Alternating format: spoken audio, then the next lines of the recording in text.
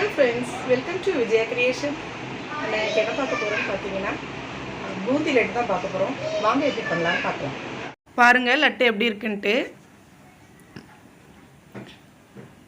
இதுக்கு கடலை மாவு ஒரு மெஷர்மென்ட் கப்ல ஒரு பாத்திரத்துல எடுத்து அதை கொட்டிட்டு அந்த கப் நிறைய கடலை மாவு எடுத்துர்க்கேன்.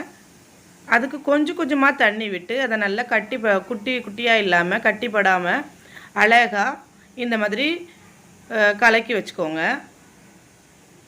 அது ரொம்ப கட்டியாக இல்லாமல் தண்ணியாக இல்லாமல் அழகாக நம்ம பூந்திக்கு ரெடி பண்ணுற மாதிரி வச்சுக்கோங்க. அதே கப்பில் நம்ம சீனி எடுத்து அதையும் ஒரு பாத்திரத்தில் தட்டி அதில் சீனி முங்குற அளவுக்கு மட்டும் லைட்டாக ஒரு 1/2 டம்ளர் தண்ணி ஊற்றி அதை லைட்டாக கம்பிப்பதம் இல்லாத அளவுக்கு கொதிக்க விடுங்க. சீனி கரைஞ்சதும் அதை பந்த் பண்ணிடுங்க. இதே டைமில் இன்னொரு ஸ்டவ்வில் நம்ம எண்ணெய் விட்டு எண்ணெயை காய வச்சுக்கலாம். எண்ணெய் காஞ்சதும் இப்போ அந்த கடலை மாவை இந்த மாதிரி ஒரு பூந்தி பண்ணுறதுக்காக ஒரு பிளேட் இருக்குது. அந்த பிளேட்டில் ஊற்றி நம்ம இப்போ அதில் இப்படி எடுத்து ஊற்றி லைட்டாக தேய்ச்சி விடுங்க.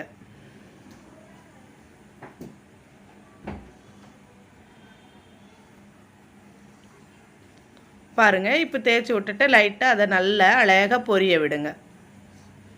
பொரிஞ்சிட்டு ரொம்ப பூந்தி அளவுக்கு ரொம்ப ட்ரையாக பொரியாமல் அது வேகிற பக்குவம் வந்த உடனே நம்ம அதை எடுத்துடலாம். இப்போ இந்த சீனி பால் வந்துட்டு ஒரு கம்பி பதம் கூட இல்லாமல் லைட்டாக சீனி கரைஞ்சதும் நம்ம அணைச்சி வச்சுருக்குறோம். அதில் அந்த பூந்தி எடுத்து அதில் தட்டிக்கோங்க.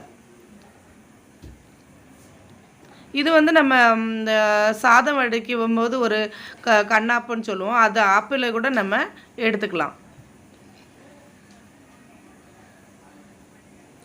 இப்போ ஏலக்காய் தட்டி வச்சுருக்கோம், அதையும் அதில் போட்டு லைட்டாக கிண்டி விடுங்க. இது நல்லா ஊற விடுங்க. நல்லா அந்த இது ஊற விட்டு நல்லா ஆறணும். அந்த பூந்தியும் அந்த இதுவும் அந்த சக்கரைப்பாலும் நல்லா ஈரமாகட்டும். அதுக்கப்புறம் கொஞ்சம் ஒரு 2 ஸ்பூன் எடுத்து நல்லா மிக்ஸி ஜாரில் க்ரஷ் பண்ணி எடுத்துக்கோங்க.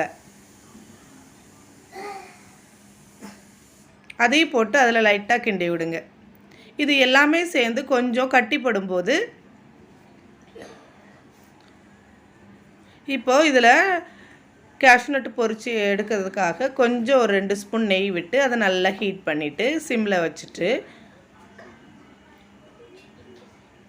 இப்போ கேஷ்நட்டை எடுத்து நம்ம அதில் போட்டு பொரித்து கொஞ்சம் தட்டிக்கலாம்.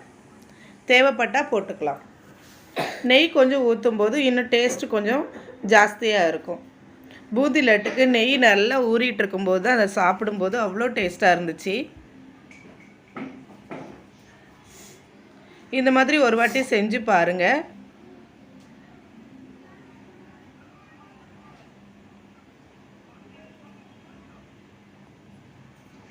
லைட்டாக கிண்டி விட்டுட்டு இன்னும் நல்லா கொஞ்சம் டைம் எடுத்து ஆற விடுங்க.